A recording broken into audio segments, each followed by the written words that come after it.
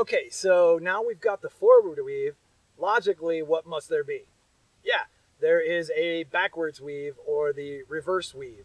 And this is where it hopefully gets interesting. So let's start challenging our new techniques and our new skill set. We need to learn this reverse weave. What would be the single smartest thing that we could do at this point? See if you can get where I'm driving to.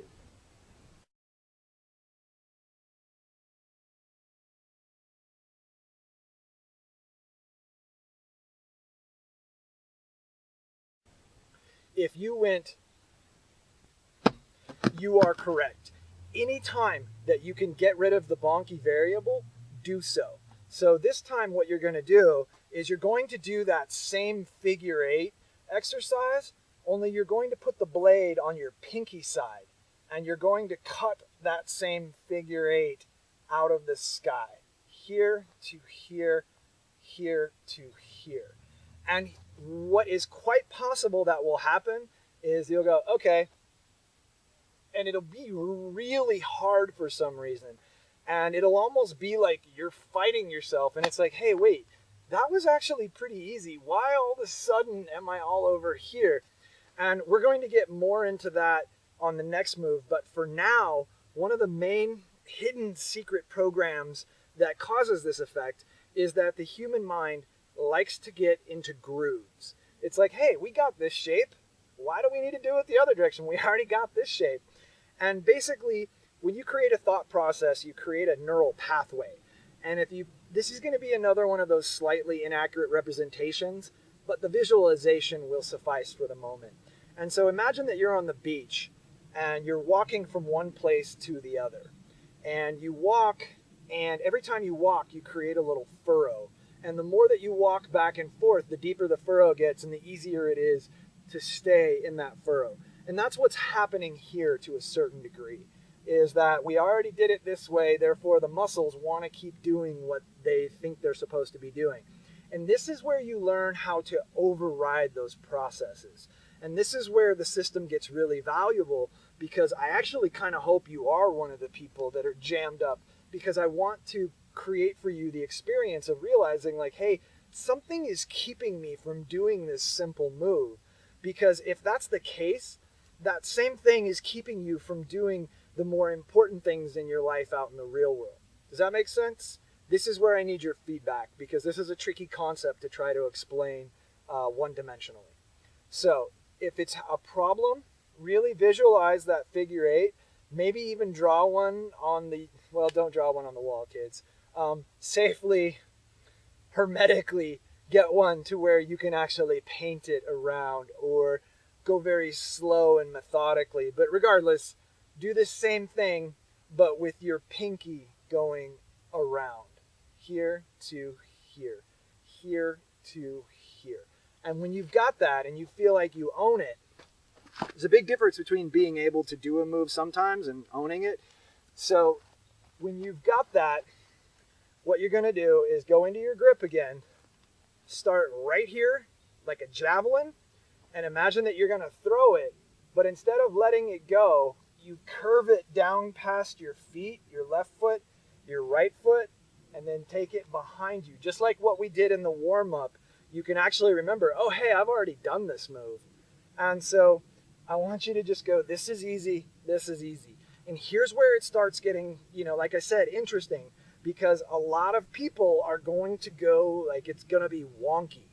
And that's excellent, because that's exactly what we want to happen, because we want to have the experience of you going, okay, this is easy, this is easy, it's not easy, this is easy, this is easy, this is, whoa, that just worked.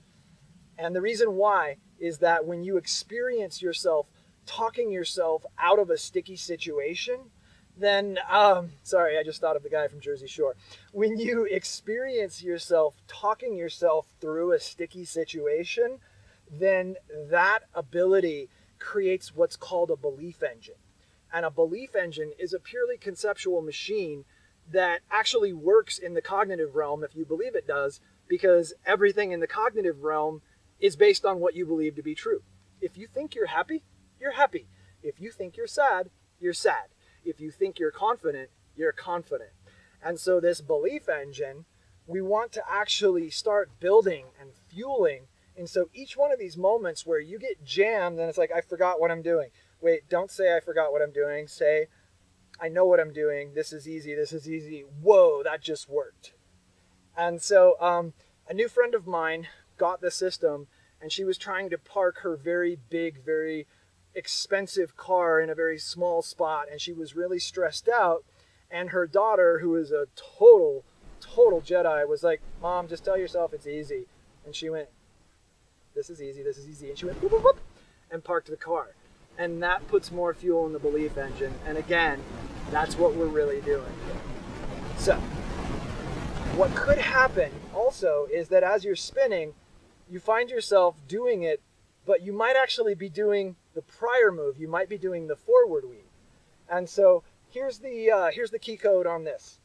If your thumb is leading the weave, that's a forward. If your pinky is leading the weave, that's a reverse.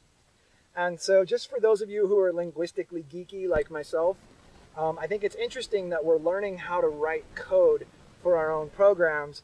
And a line of code is same as a verse in a song. And so if you're one of the people who got jammed up here, you need to learn how to reverse. And it's cool to me that this is the reverse weave. I'm just geeky like that. Settle in, it's gonna happen.